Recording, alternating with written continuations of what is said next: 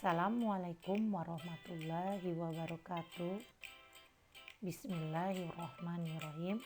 Apa kabar anak-anak? Alhamdulillahirrabbilalamin. Semoga kita semua selalu dalam lindungan serta rahmat dan karunia Allah Subhanahu wa Ta'ala. Amin amin ya rabbal alamin. Baik, pertemuan kita kali ini yaitu pembelajaran pendidikan agama Islam dan budi pekerti. Pelajaran 2, mengenal nama Allah Subhanahu wa Ta'ala dan kitab-kitabnya.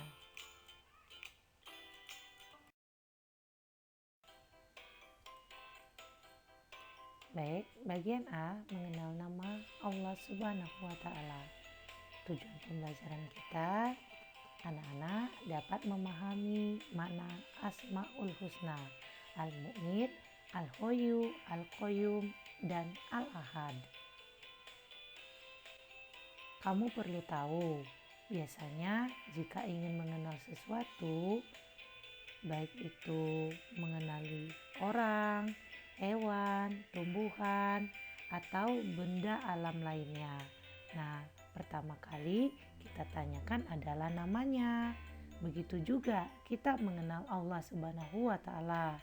Pertama kali kita mengenalnya melalui nama-namanya yang ada di dalam kitab suci Al-Quran.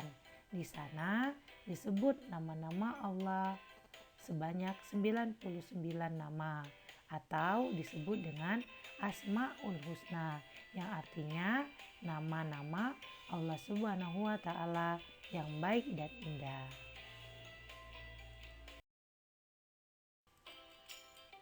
Asmaul Husna yang kita pelajari Al-Mu'id, Al-Ahad, Al-Qayyum, Al-Hayyu.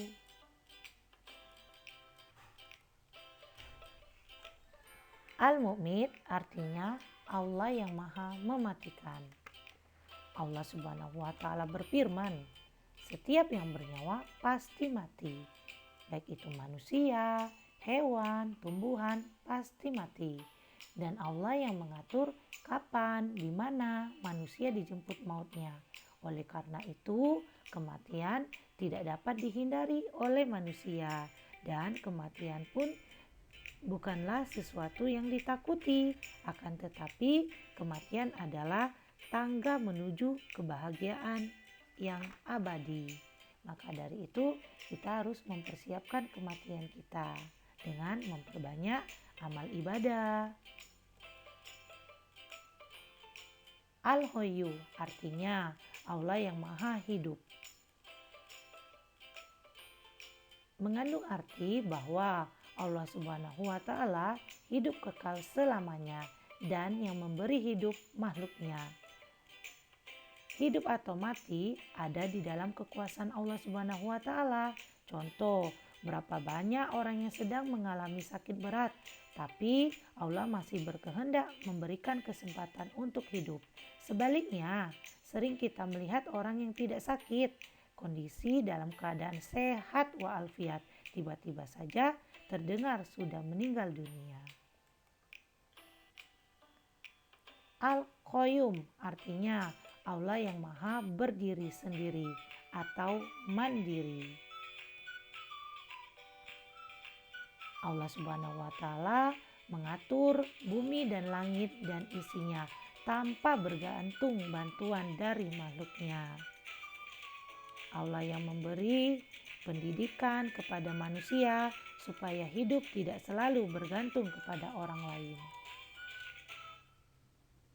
Al-Ahad artinya Allah yang Maha Esa atau Tunggal. Juga terdapat dalam surah Al-Ikhlas ayat ke-1 yang bunyinya Bismillahirrahmanirrahim, Qul huwallahu ahad, itu ayat ke-1, yang artinya katakanlah Muhammad, dialah Allah yang Maha Esa. Dan disebut juga dengan Al-Wahid, artinya yang Maha Esa atau Tunggal. Tempat kita meminta pertolongan dan perlindungan hanya satu, yakni hanya kepada Allah Subhanahu wa Ta'ala. Ingat, hanya kepada Allah lah kita meminta pertolongan dan perlindungan, bukan kepada pohon, bukan kepada benda-benda keramat, bukan kepada tempat-tempat keramat, tetapi hanya kepada Allah Subhanahu wa Ta'ala. Anak-anak, apakah kamu ingin terpuji di hadapan Allah Subhanahu wa Ta'ala? Anak yang soleh pasti menjawab iya. Untuk itu, mari kita mengamalkan Asmaul Husna. Mengamalkan Asmaul Husna Al-Mu'mid, yang artinya Allah yang Maha Mematikan. Nah, kita harus menaati perintah Allah Subhanahu wa Ta'ala, seperti rajin sholat, menaati perintah orang tua, sopan, dan lain-lain. Selanjutnya, kita harus menjauhi larangan Allah Subhanahu wa Ta'ala, seperti berkelahi, mencuri, mengejek teman, dan lain-lain yang dilarang oleh Allah Subhanahu wa Ta'ala. Selanjutnya, mengamalkan Asmaul Husna Al-Hayyu, yang artinya Allah yang Maha Hidup. Nah, kita harus memelihara diri sendiri, seperti berolahraga, makan makanan yang bergizi, menjaga kebersihan.